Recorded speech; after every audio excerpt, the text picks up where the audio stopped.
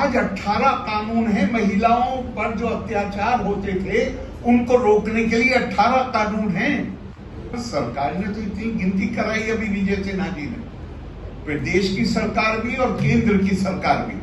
हमारे vice chancellor इकट्ठे हुए और उस मीटिंग में फैसला लिया कि कोई भी डिग्री हो, उस डिग्री को देने से पहले उनसे एफिडेविट लिया जाएगा कि अगर भविष्य में कभी भी ये पाया गया कि मैंने जहेज की मांग करी या मैंने जहेज दिया, उस सूरत में यूनिवर्सिटी को यह अधिकार होगा कि वो मेरी डिग्री को वापस मुझसे छीन ले। इससे पहले कि मैं अपनी बात शुरू में अपने मीडिया के जो यहाँ मित्र हैं मौजूद, उनसे हाथ जोड़ के प्रार्थना कर रहा हूँ कि मेरे ही शब्दों का प्रयोग कीजिएगा, उसमें अपनी तरफ से कुछ घटाने बढ़ाने की कोशिश मत करिए।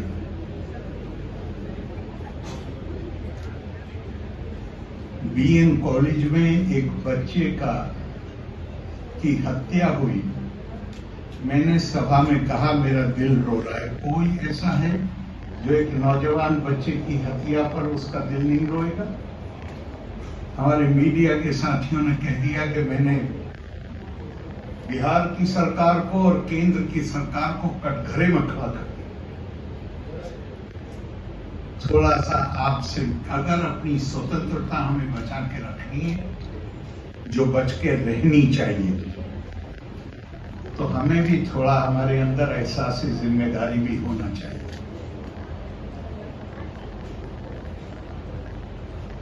मैं आपसे बहुत विनम्र आग्रह है, मैं आपकी कोई आलोचना नहीं कर रहा। मैं मानता हूं कि साइकिल एक तरह से क्रांतिकारी निशान बन गया है बिहार में, जिसने बच्चियों की शिक्षा में बेहतरी लाने के लिए साइकिल देख के ध्यान आता है कि कैसे बिहार में शिक्षा में बेहतरी हुई है, असाधारण बेहतरी हुई है, प्रगति हुई है। माननीय प्रधानमंत्री जी के जितने इनिशिएटिव हैं, हमारे माननीय उप मुख्यमंत्री जी ने एक एक करके गिनाए, और 2029 तक तो संसद में भी और विधानसभा में भी 2029 ही है, आरक्षण भी कर दिया गया है। लेकिन इतनी सारी खुशी की बातों के साथ क्या मुझे दुखी होने का कारण नहीं है कि 4 दिन 5 दिन पहले एक 9 साल की बच्ची को उसका बलात्कार किया गया, उसका गला काटा गया और उसके साथ जो व्यवहार हुआ, सब काम हम सरकार के ऊपर नहीं छोड़ सकते, चाहे प्रदेश की हो और चाहे केंद्र की। समाज के अंदर चेतना जरूरी है, केवल सरकार सारे काम नहीं कर सकती। कि कैसे हम बर्दाश्त करते हैं? अरे ये देश वो है, अभी बताया गया, अब माननीय उप मुख्यमंत्री जी कह रहे थे कि तिर देवों के साथ तिर देवियां भी हैं। नहीं सर, ये सही नहीं है। तिर देव जो हैं वो तो एक ही देवी के आंगन में उसकी पूजा करते हैं। या कुदेतु तुषार हार धवला, या शुभ वस्त्रा विट्टा, या विगणावर दंड मंडित करा, या श्वेत पद्मासना, या ब्रह्माच्युत शंकर फिर देवे सदा पूजिता। ब्रह्मा भी और शंकर भी और विष्णु भी तीनों पूजा करते हैं देवी। साथ में नहीं है। हमारी संस्कृति है या देवी सर्वभूतेषु मां। हम उपासना तो करते, ज्ञान स्त्रीलिंग में, लक्ष्मी सरस्वती की पूजा करते हैं। लक्ष्मी समृद्धि स्त्रीलिंग है, लक्ष्मी की पूजा करते हैं। शक्ति स्त्रीलिंग है, मां दुर्गा की पूजा करते हैं। और हम महिलाओं के साथ अपमानजनक रवैया इख्तियार करें, हम ऐसे अपराध करें जिन्हें जुबान पे लाने पे भी आदमी लरस जाता है।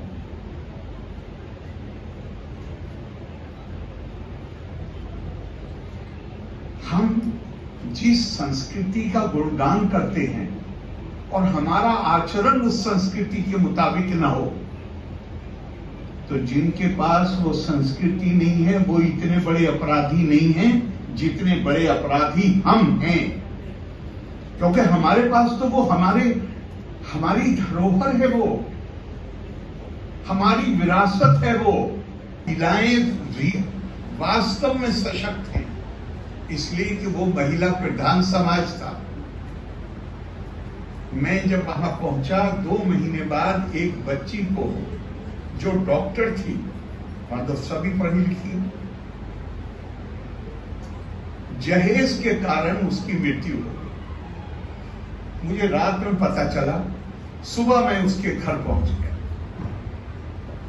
मैं जब गया उसके बाद क्या क्या परिवर्तन आए वो बताता हूं आपको। गवर्नमेंट ने हर जिले में एंटी डाउरी ऑफिसर पोस्ट किया। हमारे यहां तो थाने हैं, रेप तो वो ऐसा क्राइम है कि ये तो बुनियादी जिम्मेदारी है पुलिस की। लेकिन मैं कह रहा हूं प्रशासन और प्रशासक इससे अलग हटके एक है जन चेतना। हम ऐसे लोगों को किस दृष्टि से देखते हैं। हमने हमारे वाइस चांसलर से इकट्ठे हुए और उस मीटिंग में फैसला लिया कि कोई भी डिग्री हो, उस डिग्री को देने से पहले उनसे एफिडेविट लिया जाएगा कि अगर भविष्य में कभी भी ये पाया गया कि मैंने जहेज की मांग करी या मैंने जहेज दिया, उस सूरत में यूनिवर्सिटी को यह अधिकार होगा कि वो मेरी डिग्री को वापस मुझसे छीन ले। अब ये सरकार नहीं कर रही है। हमारे जो गांधीयन थे केरला के, उन्होंने हर जिले में एक दिन उपवास किया जहेज की प्रथा के, जहेज मांगने के खिलाफ, देने के खिलाफ। तो ये मैं आपको इसके लिए नहीं कह रहा हूं कि सरकार ने तो इतनी गिनती कराई अभी विजय सिन्हा जी ने, प्रदेश की सरकार भी और केंद्र की सरकार भी, जिन्होंने आज 18 कानून है। महिलाओं पर जो अत्याचार होते थे उनको रोकने के लिए 18 कानून हैं। गिनती करना भी मुश्किल होगा अगर यहां मैं किसी से कहूं कि जरा बताइए कौन कौन से कानून है। सबसे बड़ा कानून क्या होता है? Obedience of the अनएनफोर्सिएबल। सभ्य समाज वो होता है जो सरकार के बनाए हुए कानूनों से ज्यादा नैतिकता के नियमों का पालन करता है, खुद से पालन करता है।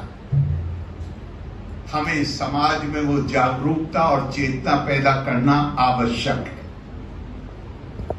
और मैं आपसे आज के मौके पे उषा जी को बहुत साधुवाद देते हुए